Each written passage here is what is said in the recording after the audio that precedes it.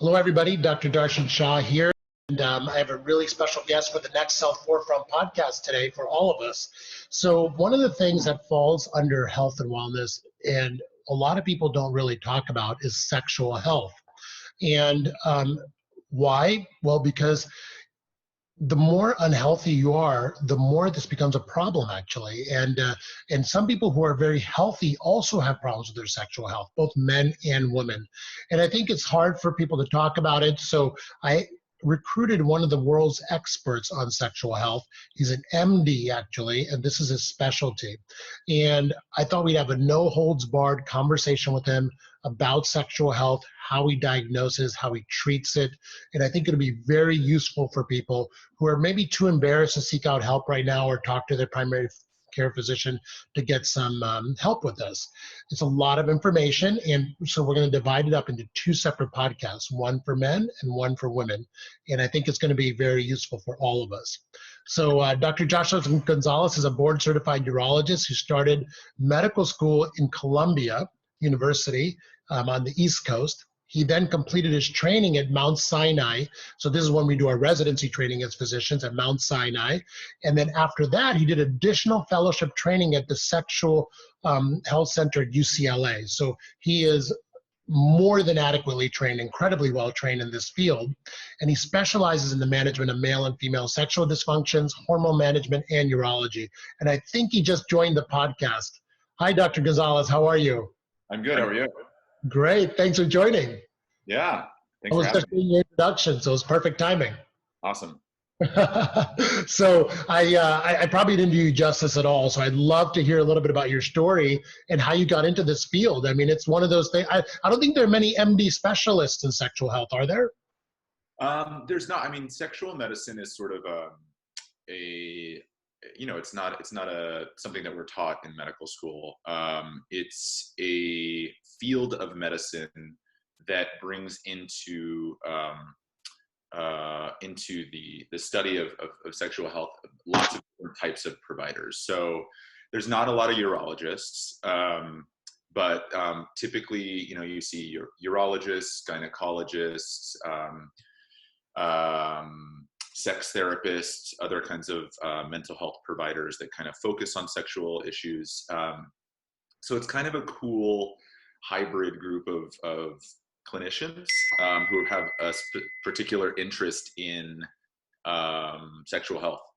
Right, and it's amazing because, like you said, most of the sexual health practitioners I've met have been mostly from the psychology, mental health realm, right. And just to have that unique combination of being a urologist, someone who's actually, done surgery and treated people from an anatomical, medical perspective, and bringing that into the evaluation and treatment of these people, I think is very, very useful because, as we both know, sexual health is not just a psychological issue, right? Right. Yeah. I mean, that's a lot of what I do actually when I initially meet with patients is kind of dispel that myth.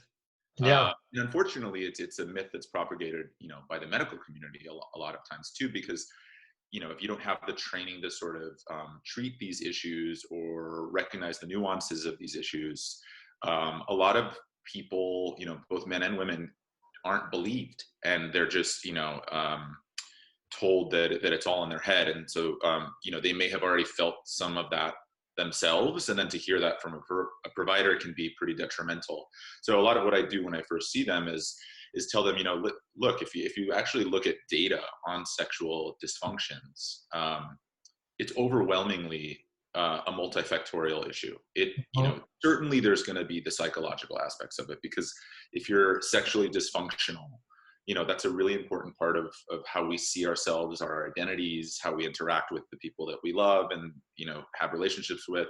So of course that's going to create anxieties and there's going to be a psychological component, but, in a majority of cases, there's an underlying physical component as well. And so if you're not addressing that, or at least evaluating that, then you're missing a big part of the picture.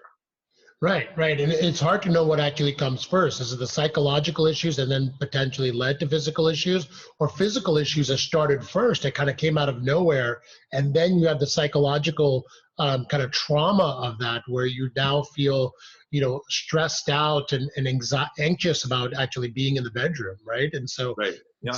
it's an important component of it. And I feel it's really great to talk to you, because I feel it's almost a necessity for people to be evaluated on the anatomical, physiological standpoint as well, right? Yeah. I mean, I think it never hurts to evaluate it. And there's been a handful of cases of depending on what particular issue we're talking about, that we go through the physiological workup and everything's fine. But at least even in those cases, I see the value in having these patients see me, because if it in fact is primarily a psychological issue, that's anxiety reducing for patients to go through that process and see, okay, we did these objective measurements. It's not a physical issue. Now I can feel comfortable going to see a sex therapist or going to see a psychologist and working on reducing my anxiety. They feel more confident that this is something that can be tackled, because they've gone through that process. So a negative workup, I often tell patients, isn't a bad thing. It's just we're going to go through this process together to rule out any of the possible causes of your problem. Yeah, yeah. And you're based in Los Angeles, right down the street from us, actually, West Hollywood, which is fantastic. Yeah. So give me an idea of like the number of people that you see, what percent are men, what percent are women, and kind of the age range of the people that you're seeing as well, just big picture. Yeah, I mean, that's why I love what I do, because it's I never kind of know what kind of patient I'm going to get. The large meta breakdown, I guess, of my practice would probably be about 60% men, 40% women. But the age ranges, are incredible. So I think, we don't see adolescents generally, but I have a few 18-year-olds in my practice. And then I'm treating a woman who, is primarily seeing me for menopausal management, who's 84. So I see a wide range of ages. And, sex is one of those things that we start very early in our life, and depending on the person, sometimes want to continue, throughout the rest of our life. And, I keep saying sex, but a lot of what I do involves hormonal management. And so even removing the sex out of that, there's a lot of hormonal issues that present later in life that I can, be of great help with, just to maintain quality of life, not even referring to sex. Right. Well, and it's really interesting to me that you see 40% females and 60% males as well, because I mean, a lot of times when we think of sex issues, we think mainly men and erectile dysfunction, but women also have sexual issues. And I know you've been so gracious to agree to do 2 hours with me, which is fantastic, because I think it's just too big of a topic to cover both sexes in one podcast. So we'll do 2 different ones. And I think we can hit a lot more in depth on each topic or each sex, actually. So I really appreciate you doing that. So I want to talk about men in this particular podcast. Is that fine with you? Yeah, that's perfect. Great. So, okay, let's think of your kind of typical male patient. I would assume 40-year-old guy comes in. He's been putting off coming in for a while with erectile dysfunction, isn't really getting any good advice or feedback from the supplements he's been using and other things he's tried on his own, just from the internet and his research. Where do you start with this kind of a guy? Yeah, first of all, is that like your typical guy? Let's say middle of the road guy, or? I think from the male side, erectile dysfunction is certainly one of the things that I see the most. Historically, ED has thought to have been mostly a problem of older guys, right? So like, a lot of times we're trained in, residency, you not even the 40-year-old, you're seeing like the 60-year-old, right? And that's the Medicare patient.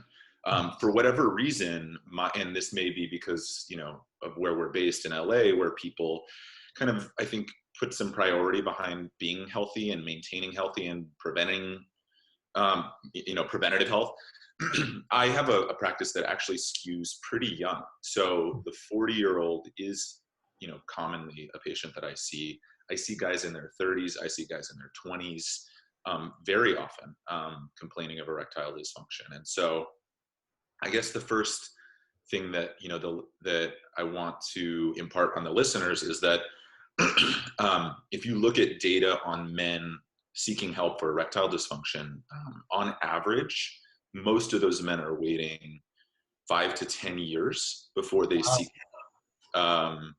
And, I'm hoping that we'll see a change in that, because patients are certainly being a lot more proactive now with their ability to look, to research providers on their own using the internet. That certainly, will hopefully change things in the future. But, that's a really long time to have a sexual health problem and not really talk to anybody about it. I think men in general are pretty bad about seeking help for any kind of, health issue. And then there's a certain pride that goes along with your ability to perform sexually. And so there's shame that kind of creeps into and interferes with people or men wanting to seek help, specifically for sexual health problems. So I think those are the sort of barriers that we're up against. So when a guy does come to see me, that's often, what I ask him is like, how long has this been going on? And it's not usually a matter of like weeks or even months sometimes. Most of the time this has been going on for years. So I ask them what kinds of treatments they've tried. A lot of guys, like you said, they'll look up things on the internet. They'll try those pills that you see. Mega Man 20 or something like that. Like all these pills. Right, like the rhino pill that they see at the liquor store or like the gas station. They'll order things online, sometimes not even, from this country, from other countries. Right. They will pop a Viagra that a friend of theirs gave to them. So people kind of experiment many times before they see me. Or some of them have actually talked to their primary care doctor, who, is not trained to kind of deal with the nuances of their problem. And often will just say, we'll try this, give them a Viagra or Cialis or whatever. So it's pretty rare that I see patients that haven't tried something. Some of the younger guys have not really experimented, but that 40-year-old comes in, he's probably tried, one of these over-the-counter pills or a Viagra or something, and it doesn't work. And the truth is that that's often what's kind of thrown at patients, because, as providers, generally we're not taught about other options or how to appropriately diagnose the problem. So that's what I spend a lot of my time doing. On the first visit, we figure out what they've done, any potential comorbidities that they have, to try to get a sense of what the potential factors are that may be causing their erectile dysfunction. And, thankfully, it's kind of a finite number of reasons physiologically that men can have erectile dysfunction. And I go over that with them when I first see them, so that they understand how we're going to kind of go through the process of diagnosing what the problem is. So, the first thing I review with them is that, you can have a hormonal issue. Testosterone is a really important hormone for, maintaining normal erectile function, but there's other hormones that kind of interplay with testosterone that are important to evaluate, and that can positively and negatively affect, not just erections, but sexual health in general. So we kind of just do a comprehensive hormonal screen when we see them. And, I tell them, you're 40 or you're, 35 or whatever. Most people wouldn't think that you could have a hormonal problem because of your age, but it's a very easy thing to screen for. And I often, think more liberally in terms of what I think a hormonal problem entails, because as you probably know, if you look at someone's testosterone, the range of normal depends on the lab, but it's pretty wide. I mean, it's, as an example, 300 to 900 or something, right? And if you have a 35-year-old who's having erectile dysfunction and maybe complaining of, decreased sex drive and fatigue, has all of those hypogonadal symptoms, and you check their testosterone and it's 325, somebody who's not, trained to kind of deal with these issues will say, well, you're in the normal range, it's fine. But the truth is that at 35, your testosterone probably should be higher than that, and you have symptoms that we associate with low testosterone. So even in those patients that fall within a normal range, if they're not what I would consider optimal, we'll often still put them on treatment to get them to that optimal range, just so that we can at least cross that out as a potential factor that's playing into their problem. So, right. Yeah. Well, that's really important, because I think, that's a key point, is that a lot of times people will see their primary care doctor. And like you said, we probably get like 1 or 2 days on sexual health, if that, in medical school, right? So a lot of primary care physicians and, people who are not educated in this field as much as you are, they'll look at that lab value and just say it's normal, just because it doesn't, put a little red box around it, in the range. And the testosterone level really does differ from person to person, individual to individual. And you're saying you go more based on symptoms rather than what the actual level is. And you're right, it should be a lot more for someone who's in their early 30s or earlier in ages, right? Yeah.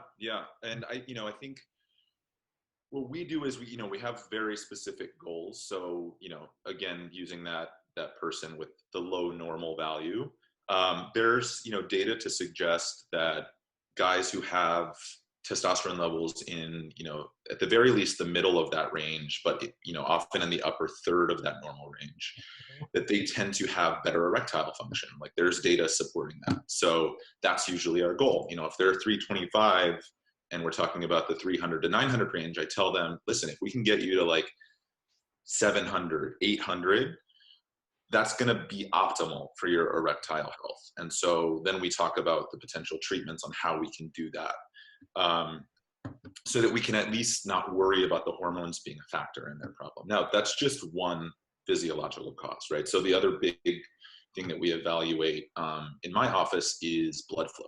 Obviously, the erection is a vascular, the penis is a vascular organ. To get an erection, you have to have quote unquote normal blood flow.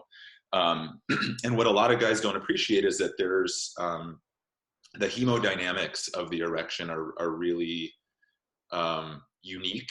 So, often, without getting too, science or medical, often, circulation involves an artery bringing blood to, some end organ or some tissue, dropping off oxygen and immediately circulating out the waste products through the venous system, right?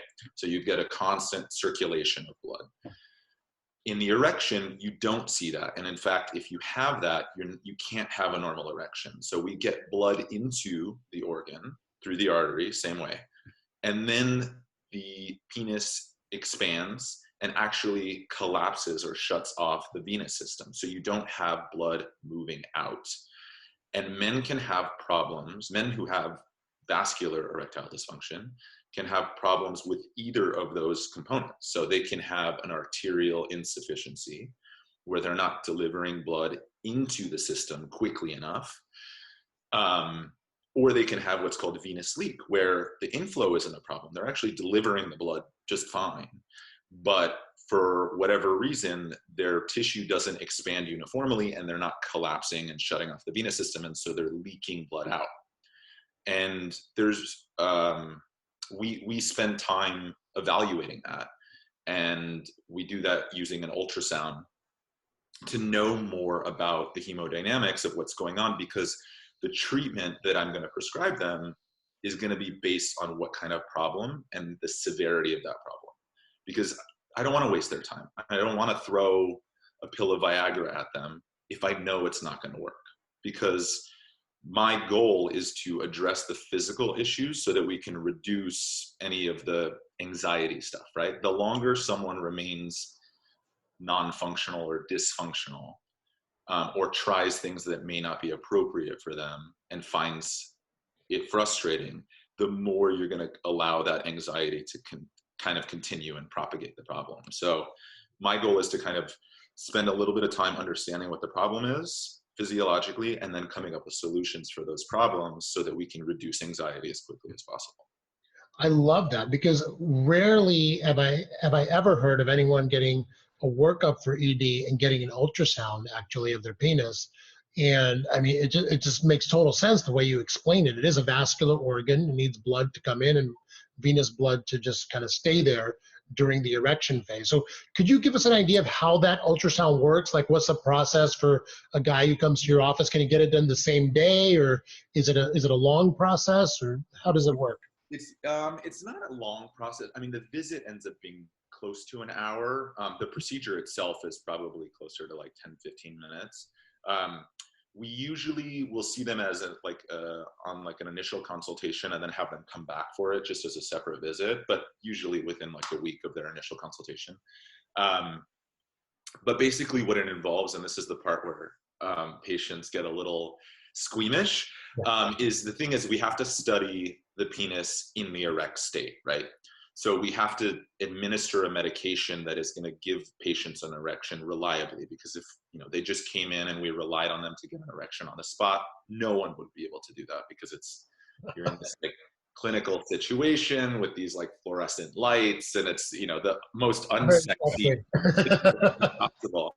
So the way that we do that is we actually administer an injection of a medication. It's an intracavernosal injection, so we actually inject them in their penis, and with this medication that maximally dilates their blood vessels, so that we can get a rush of blood into their penis. Now, they still, after they get the injection, we give them some privacy. They have to kind of stimulate to get the medicine working. But that's how we can kind of guarantee that we're going to study their erection in the best possible way, because you want to understand in the best case scenario what their body is capable of doing, right? Or not doing, if there is a problem there. So I always try to instill in them that the needle going into the penis sounds horrible, and no one is really excited about it, but I tell them it feels similar to like if I took a thumbtack and just poked you very quickly. I mean, we're using like an insulin syringe. It's very, very small. And most people are actually surprised at how little it does hurt. Okay. So I try to sort of like calm their anxiety about that on that initial visit. Yeah, that doesn't sound like it'd be a ton of fun, but the information you can glean from that, I'm sure, is just a ton of information. And like you said, if you can figure out an anatomical cause, then or a blood flow cause, I mean, that's half the battle, or more than half the battle. So is that, what's the name of that medication, by the way, that you inject? So it's a compounded medication. Mm-hmm. We usually use a compound called Bimix or Trimix. The Bimix is two medicines. They're called phentolamine and papaverine, and then Trimix is the same two with alprostadil. Got it. And why can't people use this stuff just at home when they need to have an erection? Is this? Oh, they do. Yeah. So the benefit of doing the ultrasound with me is that it's both diagnostic and potentially therapeutic, right? So if I'm seeing a guy who's already said, I've tried Viagra, my doctor gave me Cialis, and they don't really work for me, the ultrasound is really, really useful, because number one, it tells me what kind of vascular problem they have. Maybe it's not appropriate for them to be using pills, because based on their ultrasound, they're not going to likely to respond to them. But then we also get to, in real time, assess their response to the injections. And if they respond really well in the office and they're interested in using these medicines, I can teach them how to self-administer and prescribe them to them so that they can use them at home. Wow. And, there are some urologists that will prescribe these medications without doing this ultrasound, and there is some danger in that, because if men use intracavernosal injections and they're not appropriate candidates, or no one has assessed what strength of the medicine that they should be using, because there's a bunch of different strengths of this kinds of medicine. And they can actually be at risk for something called priapism, which is where they get an erection that doesn't go away for hours and hours and hours. And then you start to have, a lack of oxygen to that tissue, and you start actually getting, death of that tissue. So it's an emergency actually when that comes up. What we do in my office is take the time to figure out what the appropriate strength and dose of the medicine is for those patients.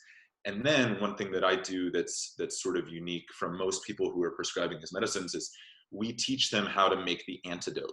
So there is a medication that can reverse the process. So I teach all of my patients how to mix and administer that, and tell them, if you get to 3 hours and your erection hasn't gone away, don't hesitate, just administer the medication.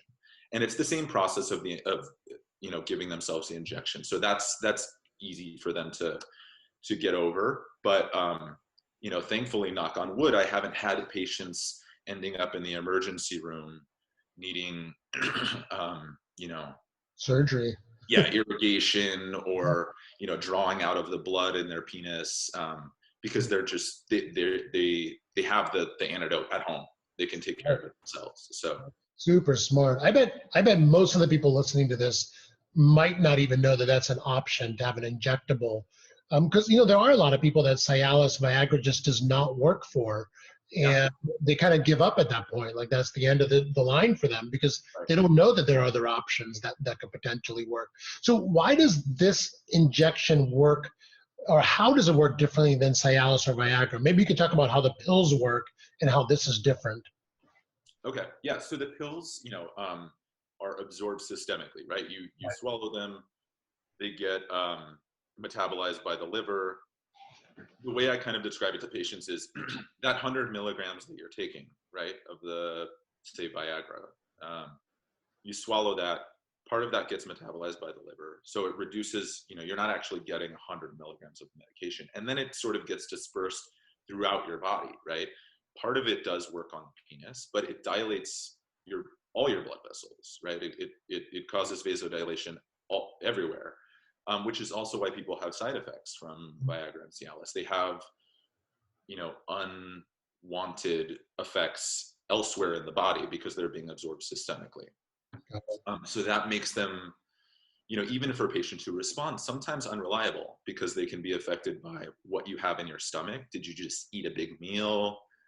Have you been drinking? All of these things can affect metabolism, right? So one of the big complaints I get from patients is that the medications, even when they work, can be somewhat unreliable or unpredictable. The injections work differently. So you're injecting them directly into the tissue where you want them to work, right? So the degree of systemic absorption is dramatically less. It essentially just works in the organ that you're injecting. So there's very few side effects from the injection medications other than the minor discomfort of the needle going in there. You can get, some bruising, and if you're not doing the injections properly over the long term, sometimes people will develop scarring. But that's another thing we go over with patients, is how to appropriately inject the medication. And there's some steps that you can take to minimize those effects. So they don't get the headache, they don't get the muscle aches, they don't get the facial flushing, they don't get the blurry vision or blue vision. That, all of those are side effects that are reported with some of the pills. If once they get used to doing the injection, even the pain, or discomfort that they may have initially experienced with their injections is no longer a factor. So, for the right patient, the injection can work incredibly well, and it's reliable, every time if you're doing the injection properly. So Nice. And so can you use it like once a week, every other day? How often is there like a limit to how often it can be used? there isn't like a dose limit. You can't use more than this. I definitely tell patients they shouldn't use it more than once a day. I tell them, ideally, I wouldn't want you to use it more than 2 to 3 times per week. Because if you think about that, like over the course of a month, if you're using it 3 times per week, that's like 12 times you're injecting yourself. And depending on what their problem is, I mean, another option for them, if they're interested, is, we also do penile implant surgery. So for either guys who have really bad venous leak, who may not respond to injections, or for guys who are just really sexually active, I tell them, listen, if you really want to have sex like every day, over the long term, the penile implant might actually be a better solution for you. Number one, you won't have to inject yourself as often. And you'll have an even more reliable form of an erection, which, through the surgical implant.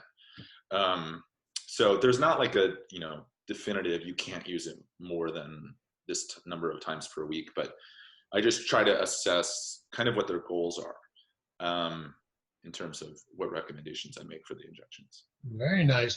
So you mentioned implants real quick. I'm really curious because the last time I saw penile implants was, 20 years ago when I was doing surgical residency. I'm sure they've advanced since then. What is the current state of penile implants, and which is the one that you feel works the best? How does it work? So there's different types of penile implants. The one that is most commonly, the surgery that's most commonly performed is the insertion of what's called an inflatable penile prosthesis, right? So there's two companies that make them. They both work really well. I think it's just kind of a matter of more of surgical training, what you feel more comfortable, which device you feel more comfortable with. And there are certain patients that may be better candidates for one versus the other, but they work very similarly. They're essentially hydraulic systems that involve three components. There is the cylinders that get hard, that get implanted in the penis.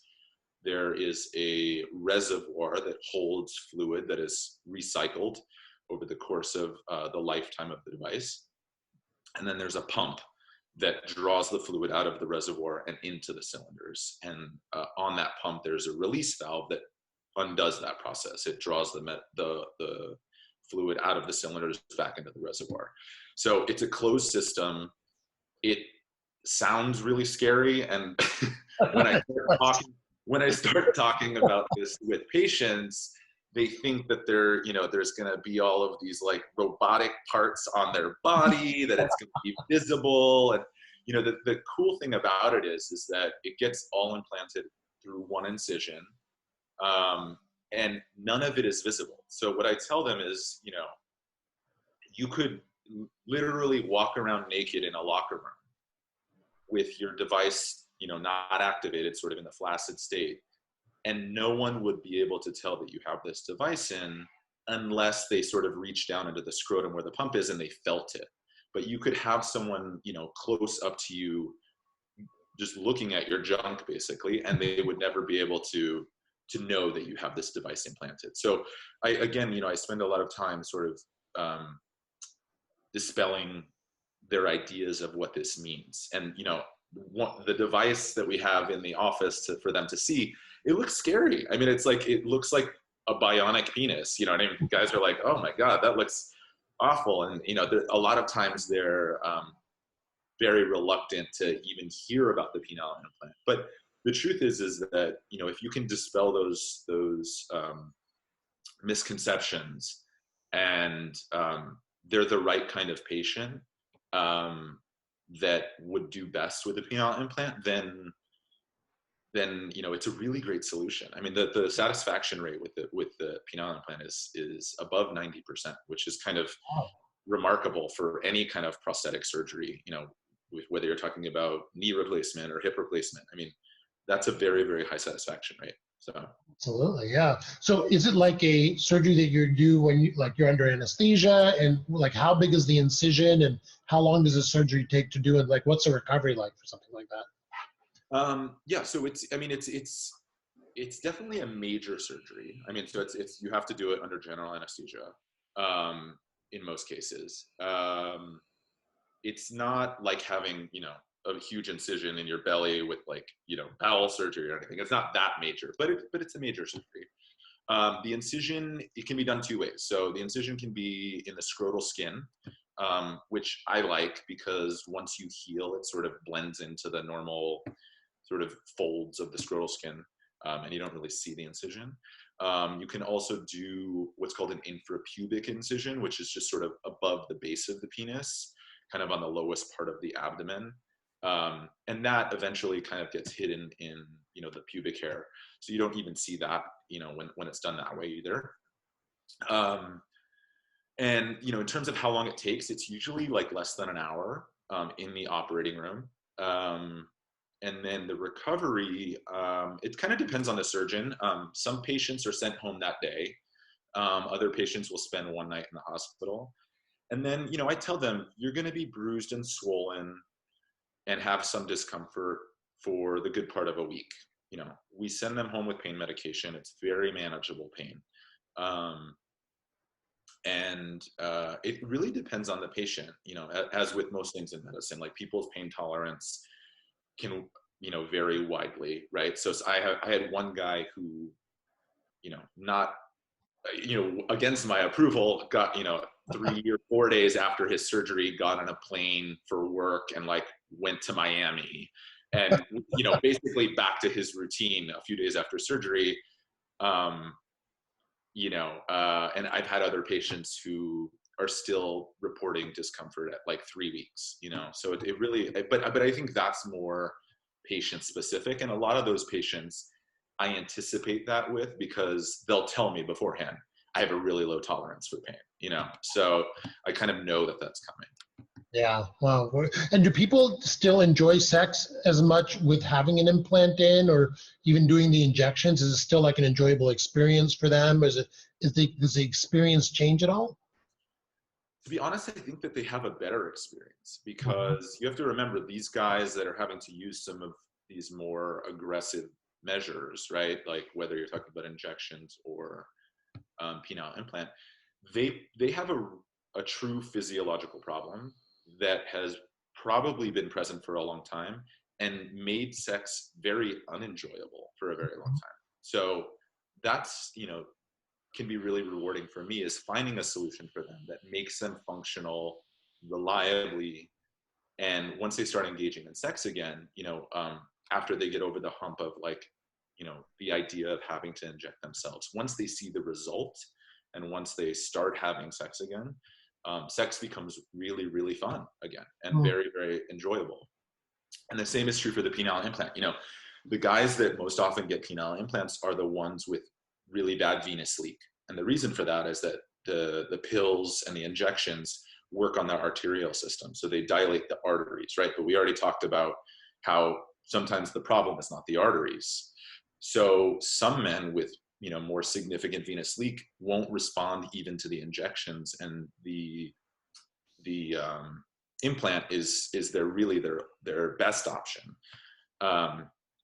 So for those guys, it can be incredibly rewarding, because they don't have medical options. They can't try anything, and so they can't have sex. They can't be functional at all, and this allows them that. So many of those men, that's why the satisfaction rate, I think, is so high, is that you're taking someone who's, as non-functional as possible and giving them the ability to perform again.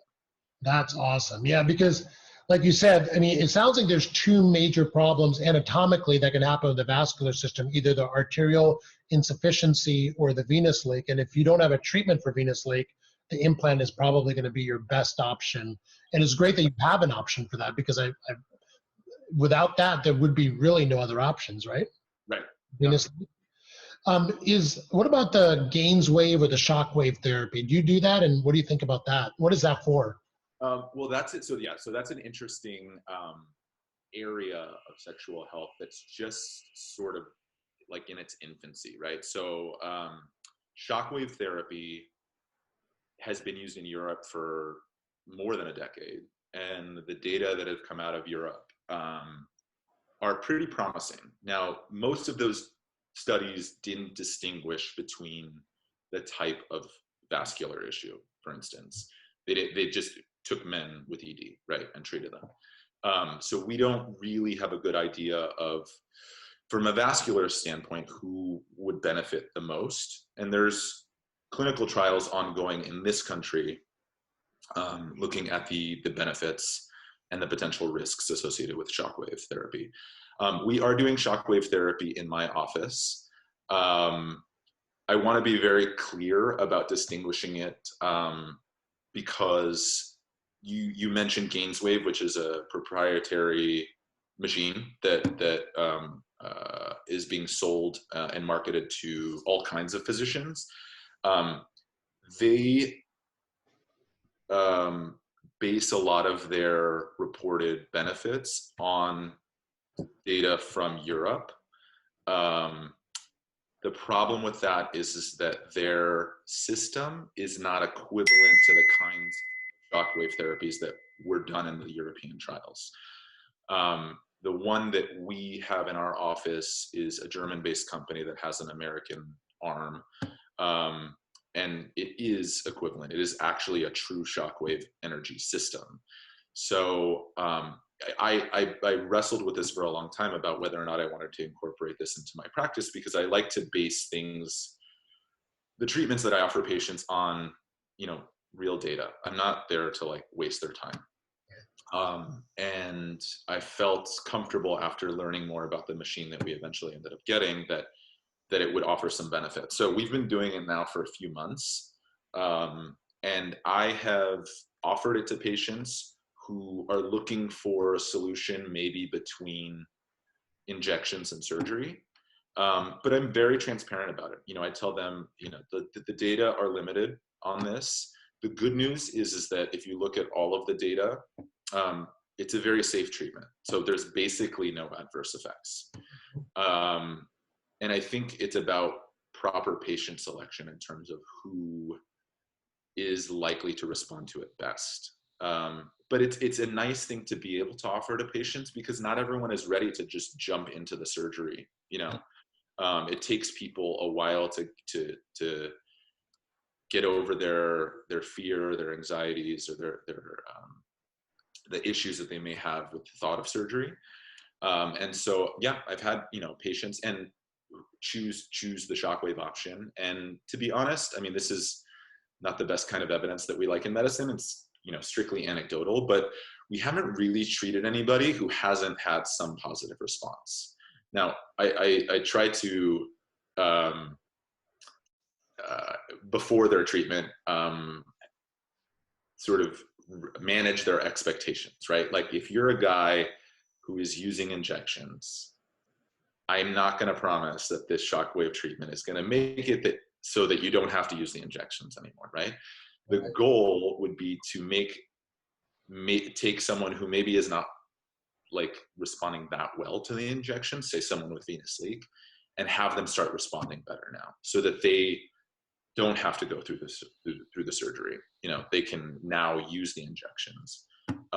Or if someone is using a really low dose of the injection, and doesn't love it as a strategy, maybe we can get them to start responding more reliably to the oral medications. And that both of those situations are a huge win. But I don't make, I'm not here to sell snake oil, and I'm not here to make false promises. I don't tell them that they're going to have the erections that they had when they were 18 years old again, and all that sort of stuff. So I think when you manage the expectations of patients, and are transparent with them about what they can expect, then I think it is it's a great thing to be able to offer. Yeah, and for the people who are listening that don't know what shockwave therapy is basically you have a little wand that goes on the penis and that puts some energy-based treatment into the penis that's pretty much painless, right? Yeah, so the worst I've heard it described in terms of how it feels is sort of like if someone was taking a rubber band and flicking your skin. So it's really, very, very little discomfort, if at all. Like I said, that's a worst case scenario. The way the energy works is essentially, you're correct. It's sort of like a probe. It looks actually similar to an ultrasound probe. It delivers sound. It's a sound wave delivered in the form with a specific amplitude that makes it a shock wave. Essentially, that energy gets absorbed by whatever tissue you're treating. The cells of the tissue, it causes the cell walls to shear, which then releases growth factors. And those growth factors are thought to, promote new blood flow to the area and recruit stem cells to help regenerate that tissue. So that's important to understand also, because that means that the treatment, that the effects of the treatment are going to occur some time after the treatment, right? So you're not going to get a shockwave treatment in the office and like, boom, the next day your erections are noticeably better, because that regenerative process takes weeks, sometimes months. So, I'm in that aspect also realistic with patients and tell them, we're going to probably treat you with 6 treatments. You may see some improvements throughout the course of your treatment, but I don't want you, I'm not going to promise you that. The real effects are seen weeks to months after we complete the series. But many men are reporting improvements throughout their treatment process, which is great. And so we're still, like I said at the beginning of this, we're still in the beginning stages of understanding how to appropriately pick patients for this and who are the best candidates for this. But the good news is that we're not doing harm. No one has had an adverse effect. I mean, not just in my practice, but again, if you look at all the studies, there's really no adverse effects associated with this. Right. And we know how it works in other areas, right? Like this shockwave treatment is been used in orthopedics. Like the Lakers and the Clippers have the same machine we do, and LeBron is getting his shoulder treated with the same machine that we're treating your penis with. So it's been used in orthopedics, it's been used in wound healing, and they've shown dramatic changes to like diabetic foot ulcers treated with this machine. It's really, really remarkable. So we know that it has a positive regenerative effect on the whatever tissue you're treating. That's pretty amazing. So that's a whole other kind of mechanism of effect of treatment. So you have your medications that you can inject or take orally that will increase arterial flow. You have, if you have a venous leak, you can potentially use an implant, but this is actually regenerative therapy being applied to the penis, to where, you're using stem cells, growth factors to regenerate tissue in a basically younger, more youthful fashion. Kind of like, what about like, and that goes with the corollary of why not inject PRP or stem cells into the penis? Do you do that as well? Yeah, we do PRP in the office, and stem cells are a little bit harder to get. Right. So we do PRP, which, I think you guys use at Next Health. It's a very, it's an office-based procedure. It essentially is a blood draw that you then, have to spin to get the platelet-rich plasma. But yeah, we do that as well. And sometimes we combine it with the shockwave therapy, where, for your listeners, the PRP works in a similar way, right? You inject the platelet-rich plasma, which has growth factors, and those growth factors, like we talked about with the shockwave, recruit stem cells and new blood flow to the area and can have the same effect. So yeah, we do PRP in the office also. Great.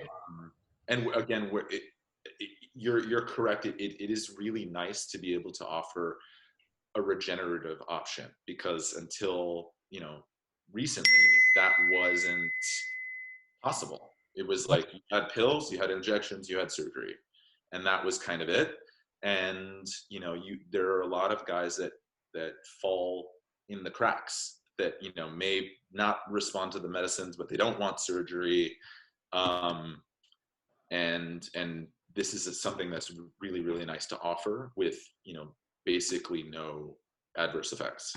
Yeah, that's really awesome. So I think we've gone through almost all the treatment options. The only ones that kind of stick out of my head are like the penis pumps. Does anyone still use those, the pumps? And how do those work, and what do they do?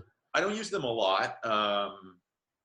First of all, like, guys hate using them. So yeah, I use them usually in combination. I mean, for specific patients, they can be useful. Say you have a guy who had prostate cancer surgery, right? We know that you get atrophy of the penile tissue because there's a change in, and sometimes a disruption in either the nerve supply to the penis or the blood flow to the penis. So in those patients, as part of what we call penile rehabilitation, vacuum erection devices, which is the medical term for penis pumps, can be can be useful at preventing atrophy. But I'm usually combining those with some other medical treatment. So I'll put them on a daily PDE5 inhibitor like Cialis, or maybe have them use Viagra concurrently to try to just maximize their blood flow so that they don't get the atrophy. So vacuum erection devices I use mostly in combination with medical therapies, but in very select patients. Got it. Great. Okay. Am I missing any other treatment modalities, or is that pretty much the big one? There are a couple intraurethral treatments. There's one that's been around for decades. It's alprostadil, which is one of the medicines that we talked about in Trimix, in the form of like a little suppository that you put into your urethra. I don't really prescribe it because most men don't cringe at the idea of putting something in their urethra. And one of the main complaints is that it can cause burning as it dissolves, which if you're trying to be in a sexual situation, if your penis is on fire, it's not going to make it so easy for you to get an erection. So I rarely prescribe that. One of the compounding pharmacies that I work with makes an intraurethral gel, also made of the components that we talked about in Trimix, that has been a nice option for some of my patients, that they put into they sort of squeeze out of a syringe into their urethra. And it has the same effect as the little suppository we talked about, without the burning sensation, as it gets absorbed. Does that alprostadil, is that increase arterial flow? How is that one working? Yeah, so that's like a very powerful vasodilator. So it works on the arterial system. Ah, interesting. Wow. I mean, I doubt anyone who's listening to this, or very few people listening to this, unless they're a urologist, really even understand kind of the breadth of treatment options available. I mean, gives people a lot of hope, right? Because most guys are sitting at home thinking, if Cialis doesn't work, nothing's going to work. Right. I mean, this is, one of the things that I do on the first visit I have with a patient is tell them, I say, I promise you, once we go through this process of figuring out why you have your problem, we will get you an erection one way or the other. You just have to be open to my suggestions, because my suggestions are going to be based on the problems that we find. Right. And, I tell them that might involve pills, that might involve, injections, that might involve surgery, but I'm going to recommend what is best for you. And if you're willing to go on that journey with me and take my suggestions to heart, you will have an erection. You will be able to have sex again, right, in some form, in one form or another. And do you talk to them also, like a lot of people that are just overall unhealthy, like people who are couch potatoes, super stressed out, or just busy executives that, like you said, your one patient's always on a plane and maybe they have some pre-diabetes, some high blood pressure. Like, what's your conversation to them about their overall health and how that relates to sexual dysfunction? Yeah, I mean, I think I'm fortunate, and you probably can relate to this also. Again, we live in a part of our country that has puts a lot of priority on health. Right. So I do have those conversations with them, but to be honest, a lot of the guys that I see are, they're exercising regularly. They're, doing keto or paleo, or, they're doing, they're watching what they eat. But I tell them, what your doctor tells you is good for your overall health is good for your penis, right? So getting regular physical activity, cardiovascular exercise, eating what traditionally we've thought of as heart-healthy diet options, getting good sleep. That's really, really important. Trying to reduce stress. All of those are avenues that you can look into to try to help improve your erectile health. And I use those concurrently, as we go through that process, as we work up their physiological issues. I definitely want them to optimize whatever comorbidities that they have. But I've had conversations with colleagues of mine that work elsewhere in the country. I don't do a ton of penile implants, but I think it's because the patient population that I see aren't necessarily candidates for it. So, I have a colleague who works in Atlanta, and in the South, you've got a larger proportion of patients who have diabetes, who have hypertension, who have obesity issues. And those are going to definitely lead to more severe cases of erectile dysfunction, usually falling into their vascular category, right? So, he's doing, 40, 50 implants a year. Wow. Because he's seeing those patients, right? So he's seeing those patients that aren't going to respond to pills, or injections. Whereas here, a lot of my guys will, if we optimize things for them, they very often will respond to the medical therapies, or, even if they are a surgical candidate, they're interested in these sort of regenerative therapies because they're like, well, I want to see if I can become functional again, on my own using this regenerative option. So that's really interesting. So kind of like the more unhealthy you are, or just globally with issues such as obesity, high blood pressure, diabetes, all these things, or just metabolic syndrome in general, you're going to be less responsive to medical therapies. Is that what you're saying? Yeah, because we know that those comorbidities increase your risk of having vascular disease, right? Yeah. So the penis the erect penis is an interesting phenomenon in terms of how we understand global cardiovascular disease, right? Because some people in my profession have referred to it as sort of the canary in the coal mine, right? Mm-hmm. So there's a lot of data that have come out in the last decade or so that have shown that men with undiagnosed cardiovascular disease who present with erectile dysfunction may benefit from having an evaluation, a more formal cardiovascular evaluation, because if you think about it, the blood vessels to your penis, the arteries, are a fraction of the size of even the arteries in your heart, right? So you're more likely to present with erectile dysfunction as your first symptom of cardiovascular disease than you would with chest pain or a heart attack or a stroke, because the size of the vessels that supply those other organs are significantly larger than the ones that go to your penis. So it really doesn't take much in terms of like an atherosclerotic plaque to cause a pretty big disruption of your penile blood flow. And so there, like I said, there's data supporting, formally evaluating those men, especially, guys that are younger. Like if you see that 40-year-old and, he has no known cardiovascular disease and he's presenting with vasculogenic erectile dysfunction, you may want him to see, if not his primary doctor, maybe a cardiologist to investigate that further and try to optimize his overall cardiovascular health. Yeah. So it's kind of like an early indicator of heart disease, actually. Yeah. So people who are experiencing erectile dysfunction need to at least consider having a more formal cardiac evaluation, is what you're saying. You probably refer them to their doctor to do that, right? Right. Yeah. So, okay.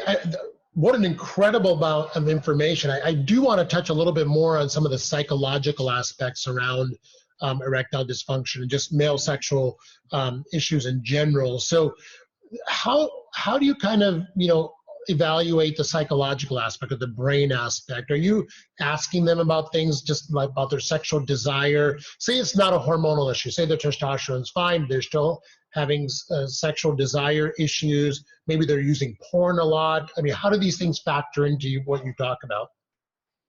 So, I mean, I get at those a lot of times just through my initial evaluation with them, right? So I ask questions that can kind of clue you into how much of a psychological component there may or may not be. So, I ask patients, number one, how long has this been going on? Is this lifelong, or has this been, there was a period of normalcy, quote unquote normalcy, and now you're having a problem? Are you waking up with erections or getting them while you're sleeping, right? Are you having problems with your erections when you masturbate, or is it just an issue when you're having sex with partners? All of these things can clue you into potential psychological aspects. Because if you have let's say you have a 25-year-old guy seeing you for erectile dysfunction, and he's never been able to have, quote unquote, normal sex, and he reports that, he can masturbate fine. Like his erection, it gets hard, stays hard during masturbation. That's not an issue. And he wakes up most mornings with an erection. Then that makes me start thinking. We don't not go through the process. We still do the formal physical evaluation, but that starts to make me think, okay, well, there seems to be some underlying psychological issue also. And so once we go through the physical process, if we've ruled those things out, then I say, we went through this process, everything is negative. This appears to be mostly a psychological, anxiety-driven issue. Here are some people that you can work with on that. And I work very closely with sex therapists and psychologists who kind of focus in this space, because I don't have that training. So I will refer them to specialists to work on that. I try to do that work up front to get an idea of why I think they're having this issue by asking the sort of very specific questions. Makes total sense. And how does porn factor into the whole equation? I mean, I read a lot about, too much porn can definitely affect your ability to have an erection, et cetera. What are your thoughts around that? So I would classify myself or describe myself as sort of sex positive. So I don't have a problem with porn use or anything. I think that it can be detrimental if people put more value into the arousal that they get through pornography versus interacting with another person. But if you look at the data, I went to a conference recently where they presented sort of the arguments, pros and cons. And if you look at the data, there's actually and cons of porn? Really? There's a conference about that? Well, it wasn't a porn conference. It was a sexual medicine conference. But someone did give a talk on sort of the myths of pornography in sexual medicine, right? And there is this tendency to think of porn as bad and think that it is mostly detrimental to sexual health. But the data actually don't show that. They're mixed, and there are some studies that actually show very positive effects of pornography use. So what I have found in my practice is that men, it's more about sometimes their masturbatory sort of behaviors, because when you're when you're by yourself and you're primarily relying on porn, the way that we sort of masturbate, the gripping or whatever, the behaviors that people engage in to masturbate sometimes can't be reproduced through partnered sex. Like that same sensation, for instance, if you're gripping really firmly when you're masturbating, you can't always recreate that sensation when you're having sex with a partner. And then it becomes increasingly difficult to sort of trigger that brain response that eventually leads to, ejaculation and orgasm, or your ability to maintain your erection because you're not getting that same level of stimulation. And that's something that I definitely discuss with patients, but again, we'll usually refer them out to a sex therapist, because sex therapists, aren't just talking to them about, their anxiety and potential, things that came up when they were younger that may be affecting their sex. They're actually talking about behaviors. What are you doing when you masturbate? What can we do to change the way that you perceive the sensation and the way that your brain interprets that, so that we can replicate that during partnered sex? So should people maybe even take like a detox time away from masturbation, or do you think there's just a different technique, or what kind of things do they recommend? That's the issue.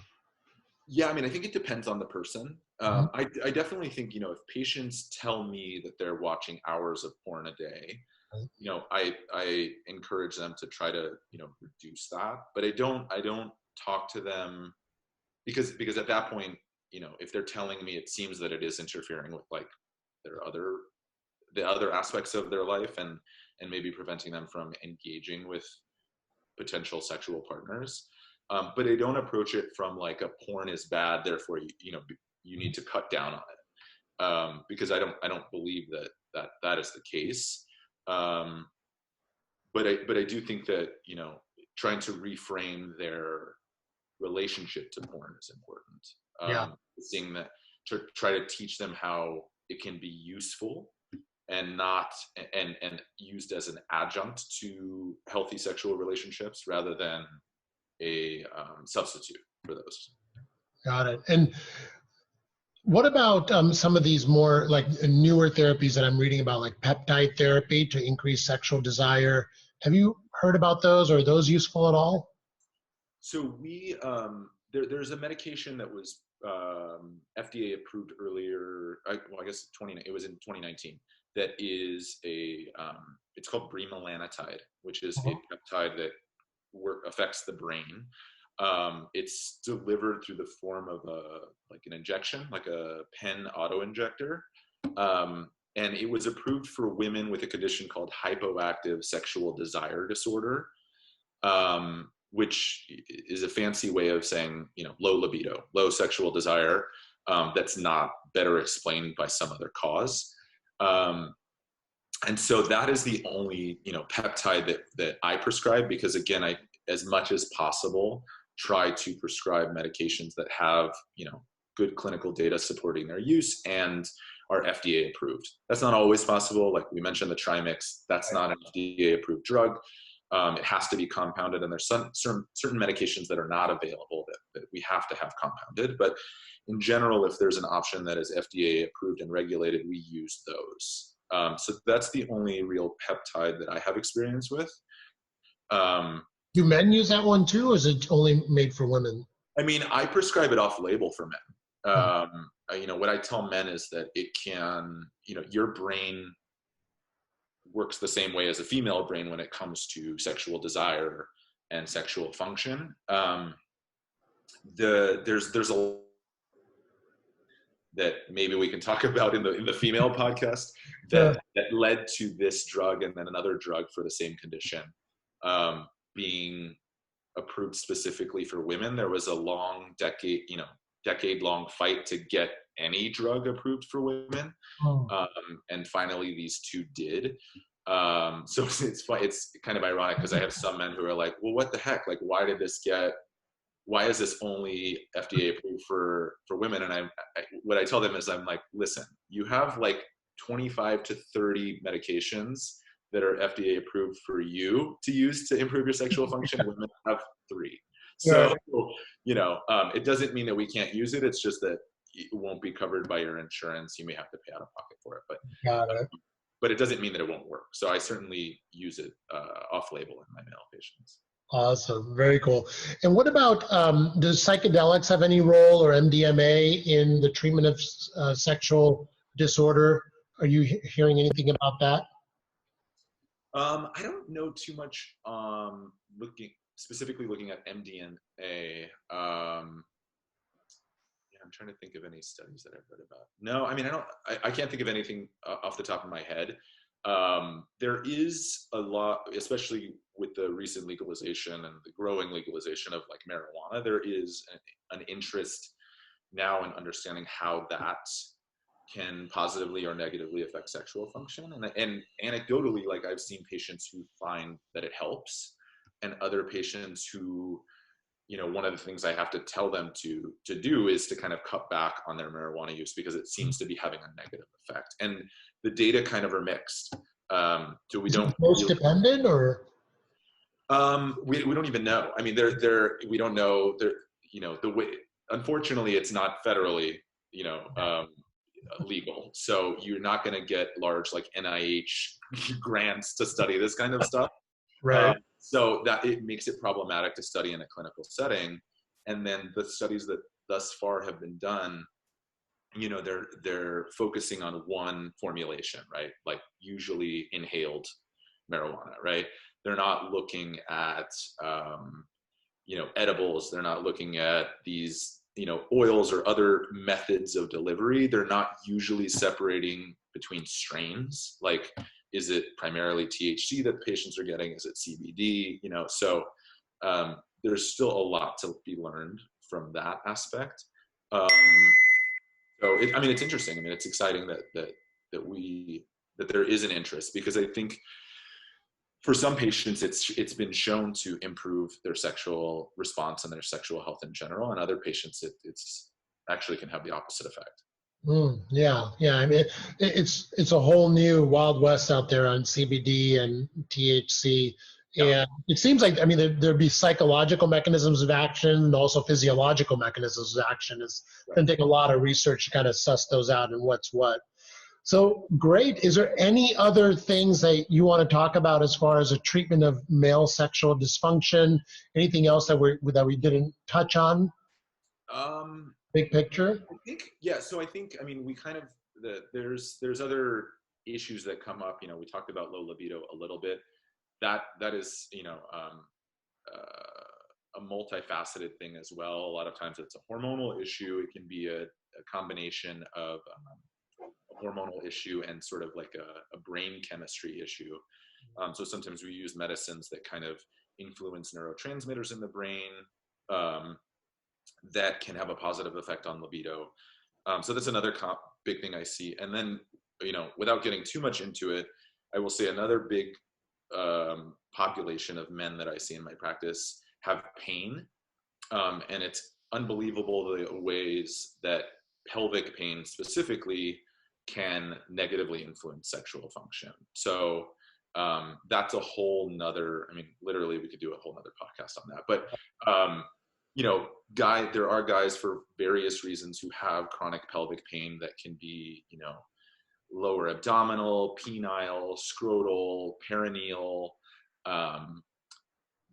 pain that, of course, when you have pain in that area, it's going to have negative consequences on how you're able to have sex. And many patients will actually have an increase in pain with arousal or with ejaculation. So, it sends signals to the brain that this sex thing that you're doing is painful. I don't want to do this anymore. And so sometimes they'll develop, erectile dysfunction related to that. They can't get an erection because their brain just doesn't want to have sex because it's a painful experience. So I see a lot of male chronic pelvic pain, and kind of try to, again, sort of diagnose why they have that issue, help them fix that issue, and then, get them functional again.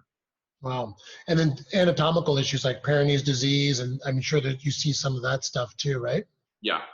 So Peyronie's disease, for those that don't know, is, traditionally been thought of as sort of like a wound healing problem in the tissue of the penis that then leads to some sort of deformity. So the deformity classically is a bend. It's like a curve, but it can present with, penile shortening, or there's like other kinds of deformities where, we describe them as like hourglass deformities, but basically a change in the appearance of your erect penis is definitely something that we see and treat in the practice. And just because you have a curved penis doesn't mean that you have Peyronie's disease. So we try to,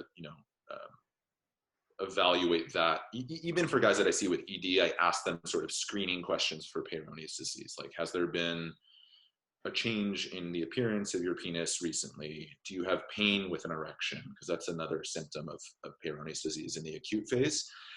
So I usually ask that when I'm just examining them, to see if, because some guys, are more focused on their erections being good, and they don't even mention that they have this new curve, like that, wasn't always there. So. Right. Interesting. Wow, what a huge topic. So I think, we covered a lot here, and I know there's, you're just a huge wealth of information. There's so much more we could talk about, but we still have to talk about females. So we're going to do that next week, Dr. Gonzalez, and then we'll just keep having you on. I mean, we could talk about stuff forever, but this was a great intro primer. Where can people find you actually, if they need to see you or, have questions? Yeah, so you can, I have social media presence. So, I'm on Instagram at Joshua Gonzalez with 2 Z's, MD. Also on Facebook, Joshua Gonzalez, MD. And then on Twitter, at SexMedLA. My practice, as you mentioned, is near West Hollywood. It's on Olympic. Our phone number there is 323-607-2895. You can go to my website. There's a ton of information on my website, other podcasts that I've done, other blogs that I've written on all of these topics, both male and female. And that's just joshuagonzalezmd.com. And, I just would encourage any of your listeners, whether they personally have an issue or have a spouse or a partner with these issues, that, just get more information, figure out that there are definitely solutions out there for all of these problems. So, if you're not having satisfactory sex and you're having issues with sex, then definitely go to the website and figure out how we can help you. My sort of motto is have better sex, because, we should all have the right and privilege to have, satisfactory sex. And if you're not having that, then figure out a way that you can. That's awesome. What a great way to end a podcast. Thank you so much for this. This was fantastic, and I can't wait to talk to you again soon. Yeah, me too. All right. You take care, Dr. Gonzalez. Take care. Bye.